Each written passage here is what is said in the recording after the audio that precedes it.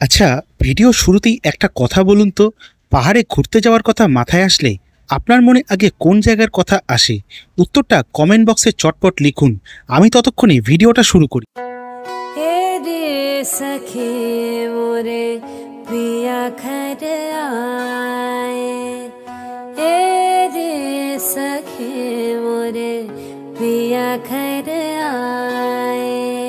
উত্তরবঙ্গ আপামর বাঙালি ছাড়াও বিভিন্ন মানুষের কাছে কম সময়ে কম খরচে পাহাড়ে ঘুরতে যাওয়ার একমাত্র ওষুধ, সে দার্জিলিং হোক কিংবা সিকিম। 2021-এর পরে জীবনে দ্বিতীয়বার গিয়েছিলাম সিকিম ভ্রমণে। তবে এবারের অভিজ্ঞতা ছিল সম্পূর্ণ ভিন্ন স্বাদের।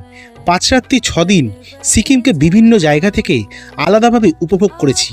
আজ প্রথম পর্বে কলকাতা থেকে ট্রেনে করে নিউ জলপাইগুড়ি হয়ে সেখান থেকে পৌঁছাবো পাহাড়ের এক নতুন ঠিকানায়।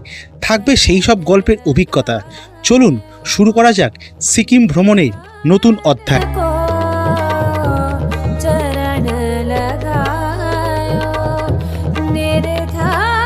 দিনটা ছিল 8ই মার্চ। বাড়ি থেকে ক্যাব বুক করে বেরিয়ে রওনা হলাম হাওড়া স্টেশনের উদ্দেশ্যে। মাঝপথে অসম্ভব জ্যাম দেখে কপালে পড়ল চিন্তার ভাঁজ। মিনিট 15 জ্যামে আটকা পড়ে হাওড়া ব্রিজ পার করে পৌঁছালাম হাওড়া স্টেশন। তখনও দেখলাম ট্রেন ছাড়তে বাকি প্রায় 30 মিনিট মতো।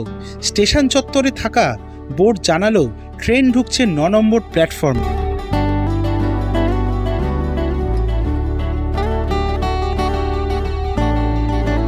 বাড়ি থেকে হাওড়া স্টেশন অবধি অনেক যুদ্ধ করে আসতে হয়েছে, বাকি কথা আমরা সামনে গিয়ে হচ্ছে।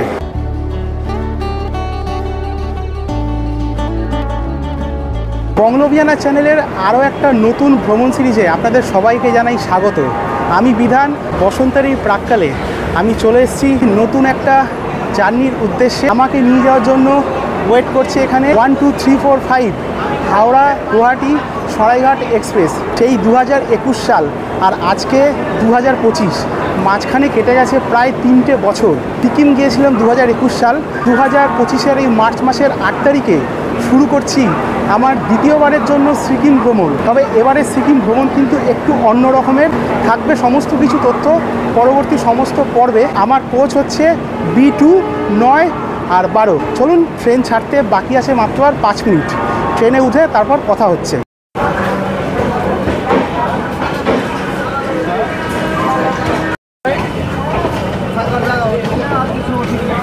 ঘড়িতে সময় এই মুহূর্তে বিকেল 4টে 7, আর নির্ধারিত সময় থেকে মাত্র 2 মিনিট দেরিতে আমাদের ট্রেন ছাড়লো হাওড়া স্টেশনের 9 নম্বর প্ল্যাটফর্ম থেকে। পরবর্তী স্টেশন হচ্ছে Bardhaman junction. Train journey enjoy করা যায়।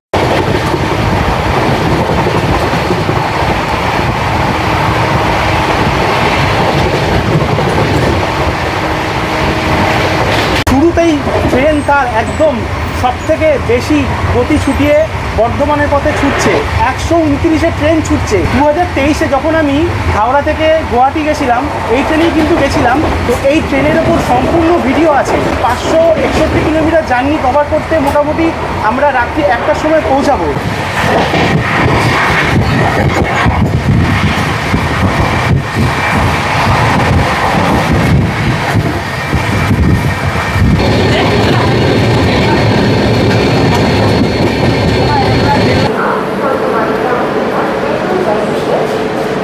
হাওড়া থেকে 93 কিলোমিটার জার্নি কমপ্লিট করে এই মুহূর্তে আমাদের ট্রেন এসে দাঁড়িয়েছে বর্ধমান জংশনে। এখানে ট্রেনের হল্ট আছে মাত্র 3 মিনিট। নির্ধারিত সময় থেকে প্রায় 22 মিনিট মতো দেরিতে চলছে। পরবর্তী স্টেশন কিন্তু হচ্ছে আমাদের বোলপুর শান্তিনিকেতন। আর এই বর্ধমান কিন্তু সীতাভোগ আর মিহিদানার জন্য কিন্তু বিখ্যাত। এখানে তো সীতাভোগ আর মিহিদানা পাচ্ছি না। নেক্সট টাইম যখন আবার আসবো বর্ধমান, তখন অবশ্যই সীতাভোগ আর মিহিদানা নিয়ে একটা ব্লগ হবে, কথা দিলাম। কলকাতা থেকে নিউ জলপাইগুড়ি ট্রেন যাত্রার উপর ইতিমধ্যে চ্যানেলে অনেকগুলো ভিডিও রয়েছে, তাই 564 কিলোমিটারকে বারবার ভেঙে দেখাবো না। দরকার পড়লে চ্যানেলে দেখে নিতে পারেন। আমি লিঙ্ক ডেসক্রিপশন এবং আই বোতামে দিয়ে রাখলাম।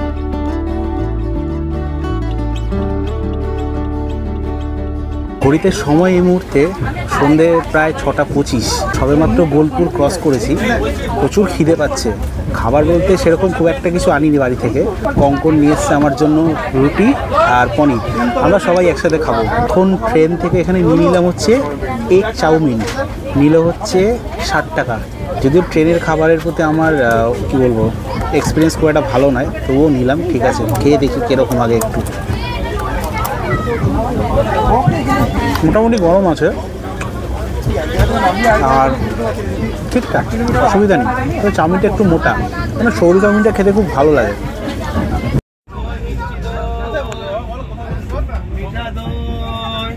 ঘড়িতে এই মুহূর্তে সময় হয়ে গেছে রাত 8:10। পাতে চলে এসেছে রুটি আর পনির, আর যিনি ক্যামেরা করে দিচ্ছেন উনিই কিন্তু বাড়ি থেকে এটা নিয়ে এসছে। অ্যাকচুয়ালি খাবার আনার কথা ছিল আমার নিজের, ভেবেছিলাম যে পোলাও নিয়ে আসবো আর পনিরের একটা কোনো সবজি নিয়ে আসবো, কিন্তু কোনো একটা কারণের জন্য সেটা বাড়ি থেকে আনতে পারিনি। তাই কঙ্কন বললো যে আমি নিয়ে আসছি দাদা। বলে রাখি, এই ট্রেনে কিন্তু ক্যাটারিং প্যান্ট্রি পরিষেবা আছে। আমরা অলমোস্ট কিন্তু 270 কিলোমিটার জার্নি কমপ্লিট করে ফেলেছি। ফারাক্কা ঢোকার কিছু আগে আমাদের ট্রেন দাঁড়িয়ে রয়েছে, একটু টেস্ট করি। দেখেই লোভ লাগছে, জিভ দিয়ে জল পড়ছে আমার।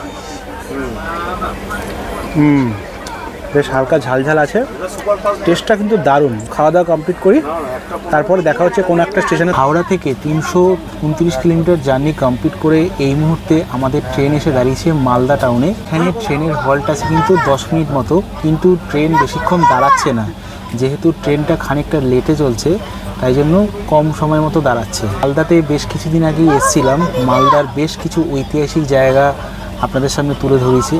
যদি সেই ভিডিও না দেখে থাকেন তাহলে ভিডিওটা দেখতে পারেন। পরবর্তী স্টেশন কিন্তু হচ্ছে আমাদের কিষানগঞ্জ, তারপর হচ্ছে নিউ জলপাইগুড়ি। একেবারে নিউ জলপাইগুড়ি জাংশনে গিয়ে আপনাদের সাথে আবার কথা হবে।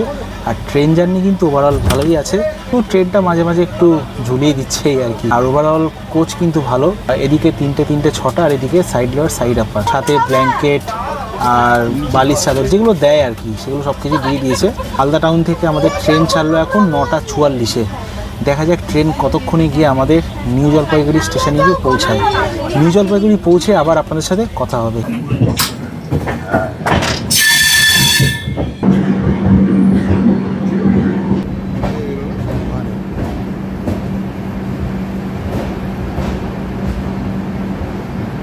সময় এই মুহূর্তে ঘড়ি কাটায় বাজে রাত 12:50। পৌঁছে গেছি নিউ জলপাইগুড়ি জাংশনের 1A প্ল্যাটফর্মে। এখান থেকে আমাদের রিটায়ারিং নেওয়া আছে, যেটা 1A আর 1A মাঝখানে। আমরা এখন যাব হচ্ছে রিটায়ারিং রুম, আমাদের বুক করা আছে অলরেডি আগে থেকেই। এই রাত্রিটুকু আমরা রিটায়ারিং রুমে স্টে করে তারপরে পরের দিন রওনা হব আমরা আমাদের পাহাড়ের উদ্দেশ্যে। আপনাদেরকে রিটায়ারিং রুমটা দেখিয়ে দিই যে আপনারা যখন নামবেন প্ল্যাটফর্মে তো কিভাবে যাবেন। এই হচ্ছে আমাদের ট্রেন সরাইঘাট এক্সপ্রেস। এটা হচ্ছে 1A প্ল্যাটফর্ম। 1A প্ল্যাটফর্মের ঠিক মাঝখানেই রয়েছে এটা হচ্ছে রিটায়ারিং রুম, আর এইটা হচ্ছে 1 নম্বর প্ল্যাটফর্ম। সিঁড়ি করা আছে, সিঁড়ি দিয়ে ওপরে উঠে যেতে হবে। 1A প্ল্যাটফর্ম দিয়ে বেরোলে 1 নম্বর প্ল্যাটফর্ম। 1 নম্বর প্ল্যাটফর্মের ঠিক পাশেই রয়েছে may I help you counter, আর এখানে সমস্ত কিছু রিটায়ারিং রুমের চার্ট কিন্তু দেওয়া আছে।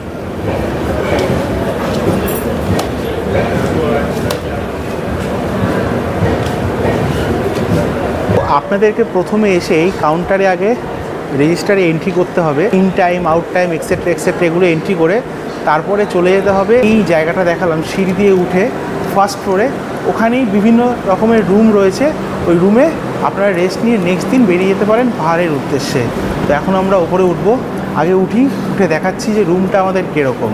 আমরা 1 নম্বর প্ল্যাটফর্ম থেকে রেজিস্টারে এন্ট্রি করিয়ে এখন চলে এসেছি ফার্স্ট ফ্লোরে। ফার্স্ট ফ্লোরে উঠে বাঁদিকে চলে এসেছি আমাদের রিটায়ারিং রুম D17A আর 17B। এবার আপনাদেরকে রিটায়ারিং রুমটা দেখিয়ে দিচ্ছি, একবার দেখে নিন। এখানে ঢোকার পরে রয়েছে এই রকমের সব কেবিন সাইজের রিটায়ারিং রুম, আর এইটা হচ্ছে আমার রুম। এখানে কিন্তু দরজাটা এরকম টেনে দিলে এটা কিন্তু সম্পূর্ণভাবে নিজের হয়ে গেল। এই রয়েছে একটা পাখা, আর এখানে লাইট জ্বলছে, আর একটা চেয়ার আছে, আর একটা এখানে কিছু রাখার মতো, আর এই হচ্ছে একটা বেড আর একটা টেবিল। ওভারঅল আপনাদেরকে এখানকার ডরমেটারি সিস্টেম দেখিয়ে দিলাম। আমি বহু জায়গায় গিয়ে ডরমেটারি ইউজ করি, মানে যেটা রিটায়ারিং রুম বলে। এর আগে আমি থেকেছি টাটানগরে। টাটানগরে যেরকম সব কিছু সেপারেট ছিল, বেশ সুন্দর লেগেছে। এটা কিন্তু আমার আরও ভালো লাগলো, মানে প্রত্যেক কটা রুম কিন্তু ওভারঅল খুব বড় সাইজের। এখানে আমার বুকিং রয়েছে 12 ঘন্টার জন্য, 475 টাকা নিয়েছে। এটা কিন্তু ওয়ার্থ ইট। এনজিপি স্টেশনের বাইরে কিন্তু এরকম প্রচুর হোটেল পেয়ে যাবেন আপনারা, তো আপনারা চাইলে এরকম হোটেলেও থাকতে পারেন বা এরকম ডরমিটারিতেও থাকতে পারেন। তো আমার কাছে এটা কিন্তু একদম খুব ভালো লাগলো। ওভারঅল এই ট্রেন জার্নি আপনাদের কেমন লাগলো অবশ্যই কমেন্ট সেকশানে কমেন্ট করে জানাবেন।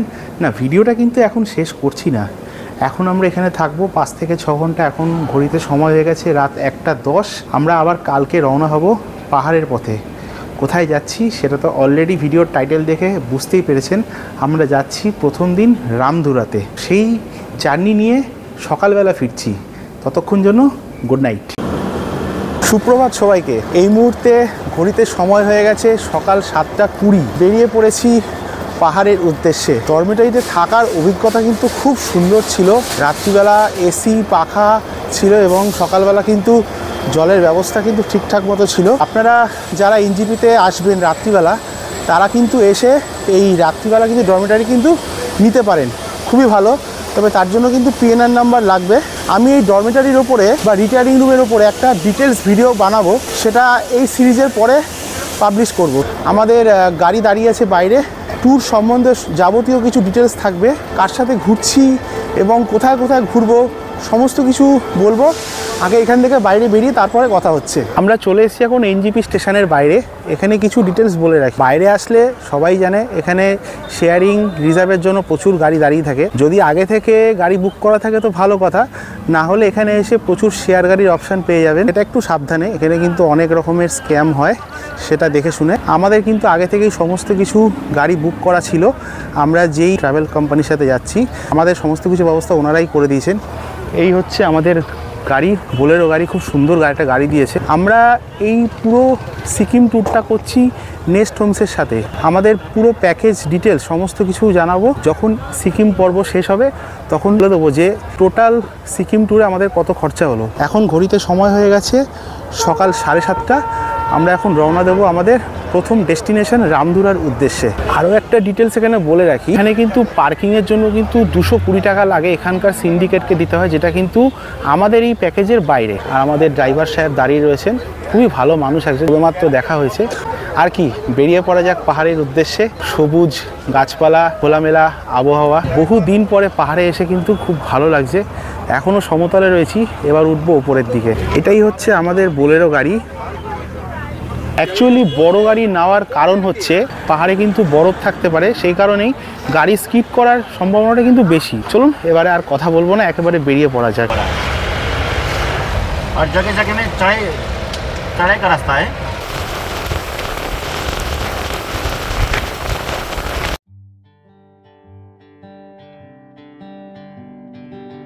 নিউ জলপাইগুড়ি থেকে আমরা রওনা হয়েছিলাম আমাদের প্রথম দিনের থাকার আস্তানা রামধুরার উদ্দেশ্যে, যেটা কালিম্পং জেলার ছোট্ট একটি গ্রাম।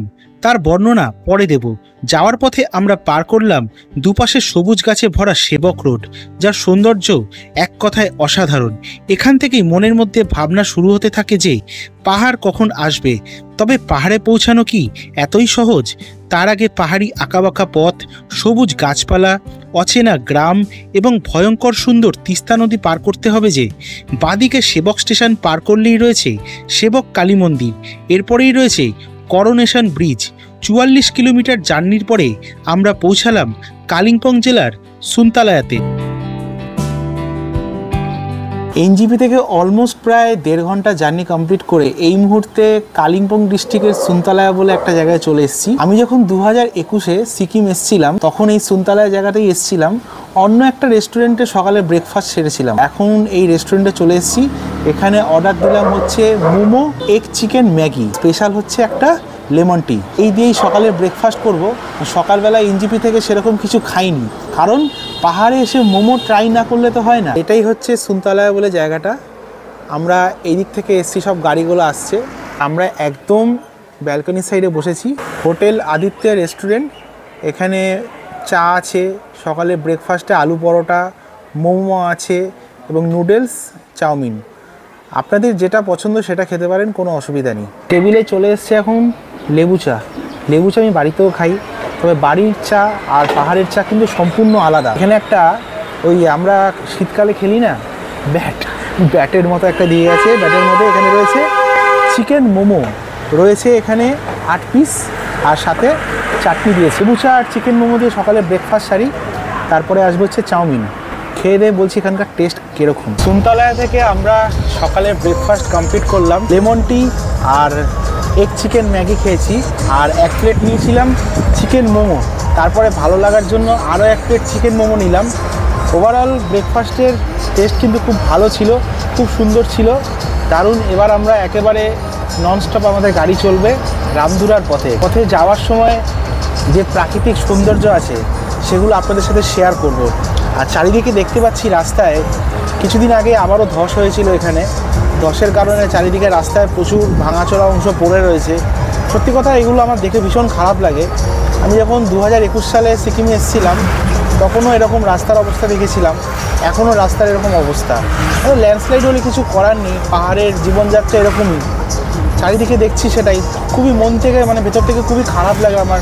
সিকিম আমার অত্যন্ত প্রিয় জায়গা, আর এখানকার মানুষ যারা বসবাস করেন তারাও অত্যন্ত মানে কষ্টের মধ্যে জীবনযাপন করেন, বাট কিছু করার নেই, প্রকৃতির সাথে কারোরই হাত নেই।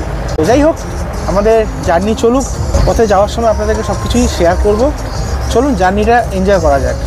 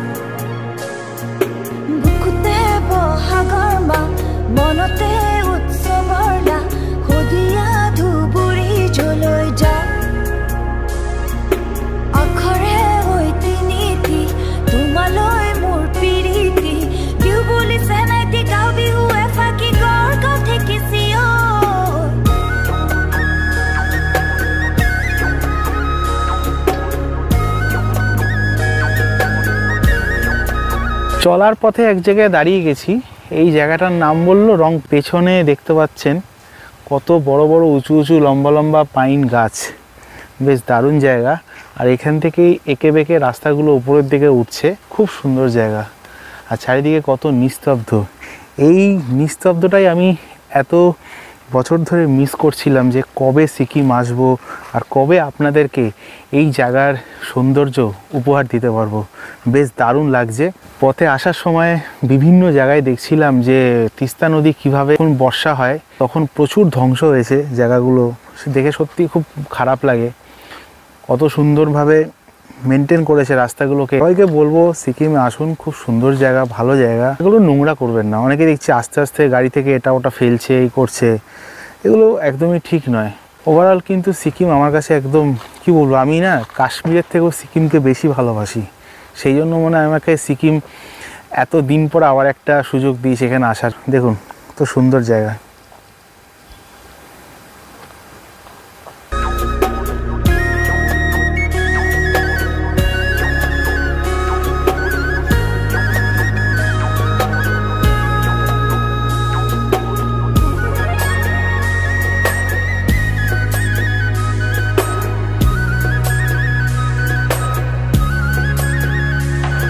রামধুরা যাওয়ার পথে আমরা এই মুহূর্তে এসে দাঁড়িয়েছি এখানকার একটা one of the best view point. এখান থেকে কাঞ্চনজঙ্ঘার ভালো ভিউ পাওয়া যায়, বাট এই মুহূর্তে এখানকার ওয়েদার সেরকম নেই, পুরো একদম ফগি ওয়েদার। এখান থেকে তিস্তা নদীর কিন্তু ভালো ভিউ পাওয়া যাচ্ছে। আমাদের গাড়ি দাঁড়িয়েছে ওখানে, জাস্ট কিছুটা নেমে এলাম। এই ভিউ পয়েন্টের নাম হচ্ছে মুনসং ভিউ পয়েন্ট। পেছনেই লেখা আছে আই লাভ মুনসং, নিচে হচ্ছে তিস্তা নদী। যেহেতু কঙ্কন এখানে আগে এসেছিল, তো বলছে যে এখান থেকে কাঞ্চনজঙ্ঘার ভালো একটা ভিউ পাওয়া যায়। কঙ্কন, তোমার এক্সপিরিয়েন্স কিরকম? আমি মুনসংয়ে এসেছিলাম সানসেটের টাইমে। এই সাইড থেকে সানসেটটা হয়, তলায় তিস্তা নদী, আর ওই সাইডে মানে আমরা যদি মুনসংয়ের দিকে মানে জিয়ের ওই সাইডটায় তোমরা দেখতে পাবে কাঞ্চনজঙ্ঘার একটা অসাধারণ ভিউ। বাট এখন ফগি ওয়েদার, দেখতে পাচ্ছি না কাঞ্চনজঙ্ঘার দেখা। যদি সূর্যমামা থাকতো তাও একটুখানি ভালো ভিউটা দেখাতো। এই জায়গার ভিউটা কিন্তু অসাধারণ। আমি একটা ক্লিপ দাদার কাছে শেয়ার করবো সানসেটের টাইমের, যে কেমন লাগে এই জায়গাটা সৌন্দর্য, তোমরা দেখো কিন্তু। Thank you. আর আপনাদের সাথে ভিউটা শেয়ার করি। নিচে তিস্তা নদী দেখা যাচ্ছে আর কাঞ্চনজঙ্ঘা দেখানি, তো ভিউটা এনজয় করুন।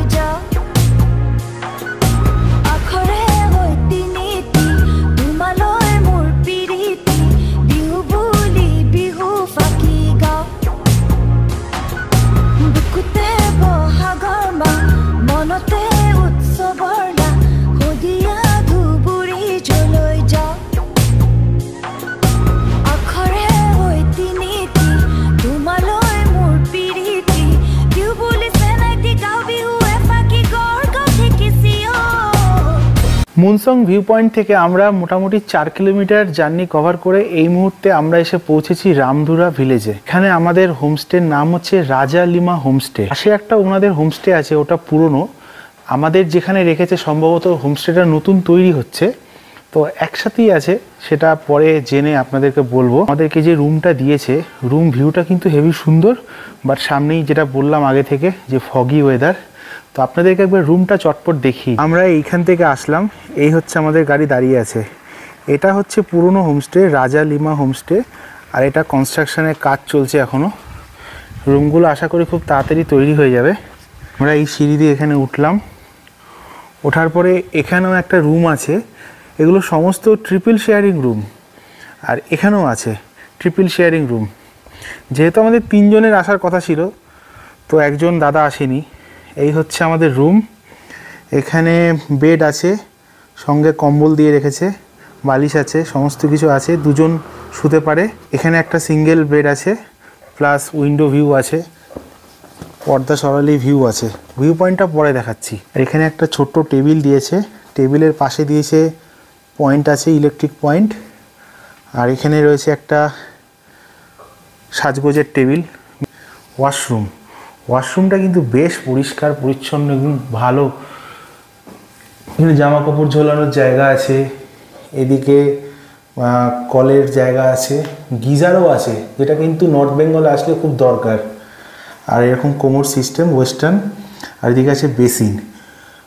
আর যেটা সব থেকে ভালো জিনিস সেটা দেখাচ্ছি। ঘর থেকে এরকম বেরোলে এদিকে একটা দরজা, প্লাস এদিকে দরজা, এটা তো ঘরে ঢোকার জন্য।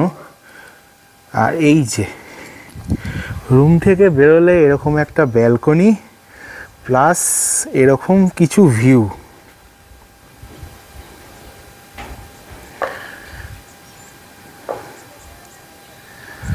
ওভারঅল কিন্তু হোমস্টে আমাদের বেশ পছন্দ হয়েছে, এবং একদম পুরো ভিউ হোমস্টে পেয়েছি। উত্তরবঙ্গে এসে এরকম প্রথম হোমস্টে পেলাম, যে এখানে এরকম ভিউ রুম পেলাম। দার্জিলিং যখন গিয়েছিলাম তখনও তুগভারে গিয়ে ভিউ রুম পেয়েছিলাম, তার থেকে কিন্তু এই রুমটা আমার কিন্তু আরও বেশি পছন্দ হয়েছে। যদি একটু ওয়েদার ক্লিয়ার থাকতো তাহলে কাঞ্চনজঙ্ঘা দেখা যেত, বাট ব্যাড লাক, কিছু করার নেই। 2 দিন ধরে বলে এরকমই ওয়েদার রয়েছে। তো ওভারঅল কিন্তু হোমস্টে কিন্তু খুব ভালো। এবারে আমরা ফ্রেশ হব, ফ্রেশ হয়ে দুপুরের লাঞ্চে যাব। লাঞ্চে কী আছে সেটাও আপনাদেরকে বলবো। চলুন ফ্রেশ হয়ে নিয়ে তারপর লাঞ্চের উদ্দেশ্যে যাওয়া যাক। হোমস্টের যিনি আছেন ওনার সাথে কথা বলছিলাম। আমাদের লাঞ্চ শুরু হবে ওই দুপুর 1:30টা থেকে। লাঞ্চে কী থাকবে সেটাও বলে দিলেন, তো লাঞ্চের সময় দেখাবো সেটা কী থাকবে।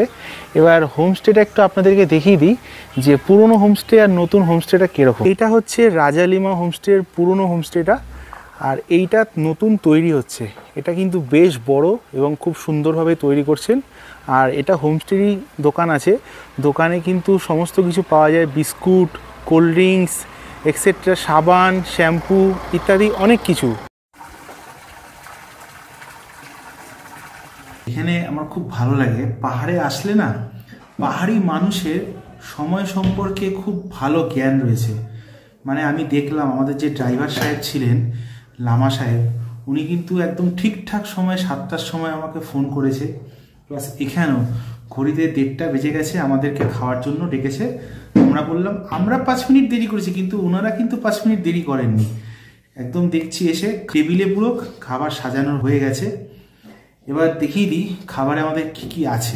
টেবিলে চলে এসছে প্রায় পঞ্চব্যঞ্জন।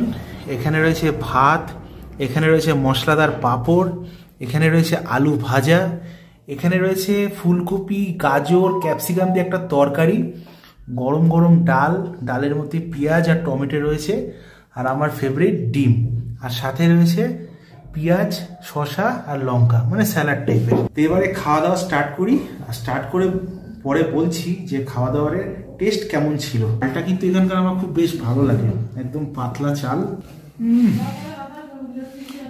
দারুণ টেস্ট, দারুণ। মানে একটু বানিয়ে বলছি না, প্রথমে মুখে দিয়েই যে ডালের যা টেস্ট। আলু ভাজাটা একটু খাই, নুন মশলা একদম ঠিকঠাক, না বেশি কম, একদম ঠিকঠাক। ডালটা কিন্তু বেশ টেস্টি আছে। ঘড়িতে সময় এই মুহূর্তে বেজে গেছে প্রায় 2:05। খাওয়া দাওয়া কমপ্লিট করলাম। খাওয়া দাওয়ার টেস্ট অত্যন্ত ভালো, স্পেশালি ডালটা। বাড়িতে আমি একদম ডাল ছুঁই না, মানে যদি বাড়িতে এই ভিডিও দেখে আমাকে মার দেবে। গাড়িটাও বেশ ভালো, খাওয়া দাওয়ার কোয়ালিটি অত্যন্ত ভালো, কোয়ান্টিটিও ভালো।